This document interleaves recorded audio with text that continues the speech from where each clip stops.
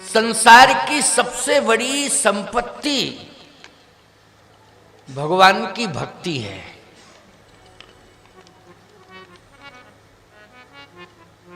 सबसे बड़ी संपत्ति भगवत नाम की स्मृति है।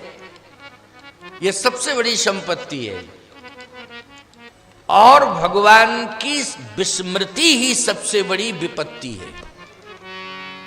भगवान की विस्मृति क्या है? विपत्ति। और भगवान की स्मृति, भगवत नाम की स्मृति, ये संपत्ति है और भगवत नाम की विस्मृति ही सबसे बड़ी विपत्ति है। इसलिए सतत हरि नाम स्मरण करते रहना। मौत का कोई ठिकाना नहीं, कोई भरोसा नहीं कब मौत आ जाए। क्यों भाई? ये मत समझना कि मौत का संबंध, मृत्यु का संबंध अवस्था से है। मृत्यु कभी भी किसी भी क्षण आ सकती है, किसी भी अवस्था में आ सकती है। लेकिन हम भगवान के नाम का स्मरण करते रहेंगे, चिंतन करते रहेंगे तो निश्चित रूप से हमारी मुक्ति भी होगी। और जब तक हम जीवित हैं तब तक भक्ति हमारे साथ रहेगी।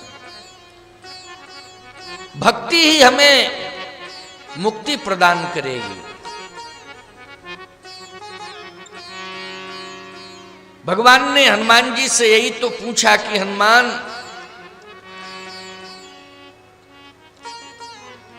सीता तो विपत्ति में है ना? क्योंकि लंका में तुमने जाके देखा तो सीता विपत्ति में ही जी रही हैं। हनुमान जी ने कहा, प्रभु मुझे तो नहीं लगता है कि उनके जीवन में बहिरंग दृष्टि से तो विपत्ति प्रतीत हो रही है, लेकिन अंतरंग दृष्टि से आपके नाम का वो स्मरण कर रही हैं, इसलिए राम नाम का खजाना भर रही हैं वो। और राम नाम से बड़ी संपत्ति दूसरी हो नहीं सकती है प्रभु। और जिसके पास राम नाम की संपत्ति हो, विपत्ति उसका कुछ भी नहीं बिगाड़ सकती। आंखों में आंसू भर के भगवान से यही कहा श्री हनुमान जी ने कि हे प्रभु, कहे हनुमंत विपत प्रभु सोई,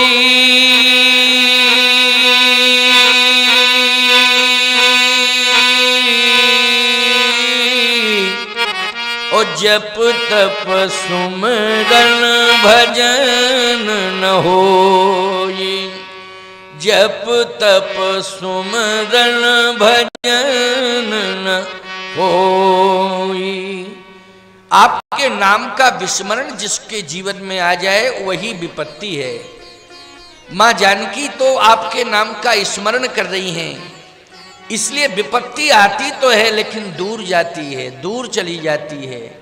दुख आता है लेकिन आपके नाम का स्मरण करते ही दुख दूर हो जाता है। विश्वामित्र जी महाराज ने भी इस बात का एहसास किया। गत दिवस आपने यही सुना। विश्वामित्र जी महाराज को प्रसन्नता कब हुई? जब भगवान मिल गए। तो उनसे पूछा गया कि भगवान मिल गए? बोले ये खजाना मिल गया, ये बहुत बड़ा खजाना मिला। श्याम गौर,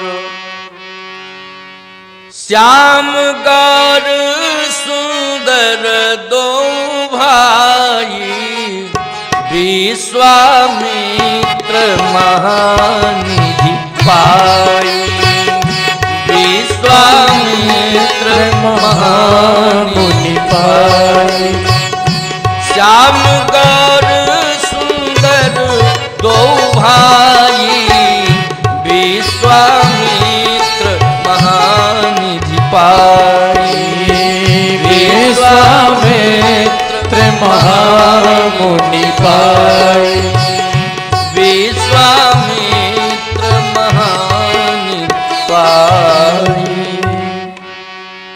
विश्वामित्र महानिधि पाई, महानिधि मिली उन्हें। भगवान मिल गए मतलब महानिधि मिल गई। देखो ऐसा मत सोचा करो कि शंख चक्र गदा पद्म लेकर के भगवान आ जाएं तुम्हारे सामने तभी एहसास करो कि भगवान मिल गए। बहुत से लोग ऐसे हैं संसार में जो इसी स्वरूप का इंतजार कर रहे हैं कि भगवान या तो धनुष बाण लेकर के आ जाएं, या घनश्याम मुरली लेकर के आ जाएं, या भगवान नारायण शंख चक्र गदा पद्म लेकर के आ जाएं, सामने प्रकट हो जाएं और कहें देख लो मुझे, मैं आ गया हूं, तुम्हारी भक्ति से प्रसन्न हूं। ऐसा नहीं है प्यारे।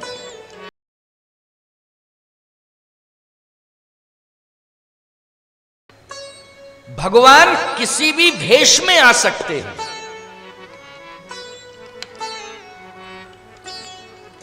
संत के भेष में भी भगवान आ सकते हैं।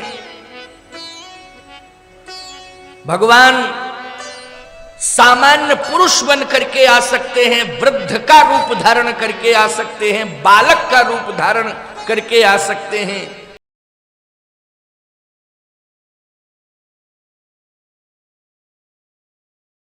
लेकर के ही आ जाए।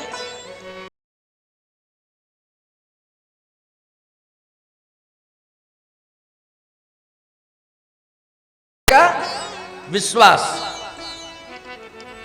बोलो करना पड़ेगा कि नहीं। चित्रकूट में तुलसीदास जी महाराज को भगवान का दर्शन हुआ, लेकिन राजकुमार के भेष में। बोलो हुआ कि नहीं राजकुमार के भेष में। ऐसा लगता था कि ये तो राजकुमार हैं, ये राजकुमार हैं।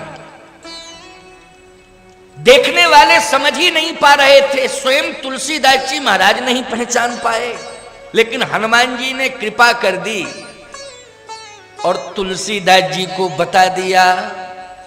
चित्रकूट के घाट पर भई संतन की भीड़, तुलसीदास चंदन घिसे तिलक करें रघुवीर। तुलसीदास चंदन घिसे तिलक करें रघुवीर। ये तोते के भेष में स्वयं हनुमान जी बोल रहे थे। तुलसीदास जी महाराज तब पहचान पाए कि ये तो भगवान है, राजकुमार के भेष में। आइए नागा जी बैठिए। नागा जी कथा के बहुत प्रेमी हैं और खास तौर से संत की कथा का प्रेमी ज्यादा होता है ना, क्योंकि अपनी अपनी बिरादरी की बात है ना। तो प्यारे तुलसीदास चंदन घिसे तिलक देत रघुवीर, तिलक करें रघुवीर। तो ये जरूरी नहीं है कि भगवान शंख चक्र गदा पद्म लेकर के प्रकट हो जाएं तभी विश्वास करना कि भगवान मिल गए। एक और अद्भुत बात एक महात्मा की स्मरण हो आई।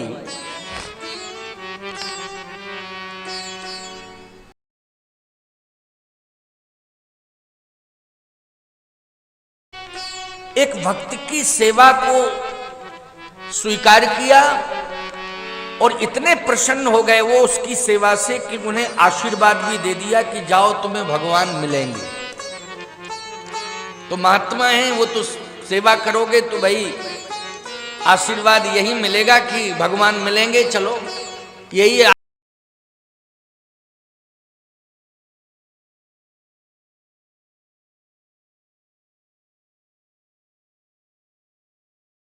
सेवा करने वाले सेवा करते हैं।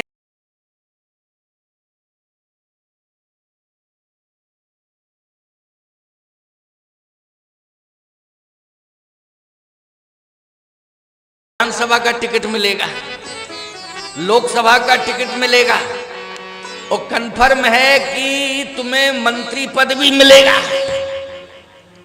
हाँ, विश्वास करो। एक बात बताओ, ये कह देना ही पर्याप्त है कि तुम्हें भगवान मिलेंगे। वो भगवान मिल गए तो सब मिल गया कि नहीं मिल गया? बोलो। भगवान के आगे तो ये जितने भी पद हैं, सारे के सारे पद बौने हैं कि नहीं, छोटे हैं कि नहीं?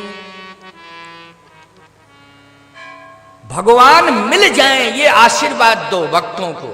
और भक्त भी चाहे रखें कि हमें संत की सेवा से यही आशीर्वाद मिले कि प्रभु की भक्ति मिले और भक्ति करके भगवान मिले।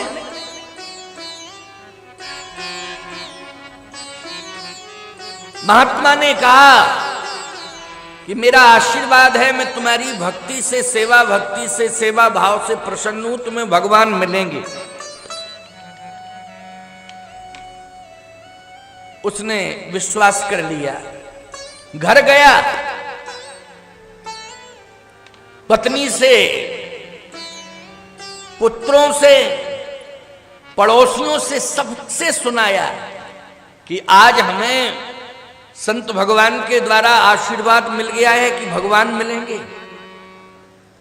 भक्त परिवार था, वो परिवार भी कहने लगा आशीर्वाद बहुत अच्छा मिला, लेकिन मिल जाए तब है।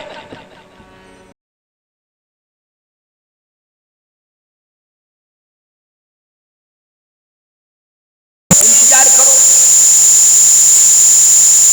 जब 2, 4, 10 दिन 15 दिन हो गए तो पड़ोसी कहने लगे आशीर्वाद लेके आए थे लेकिन भगवान मिले कि नहीं मिले? उसने कहा कि अभी तो नहीं मिले लेकिन मिले। एक दिन सोने जा रहा था, सोते सोते कहा कि बदनामी पूरे गांव में हो रही है कि तुम बहुत ढिढोरा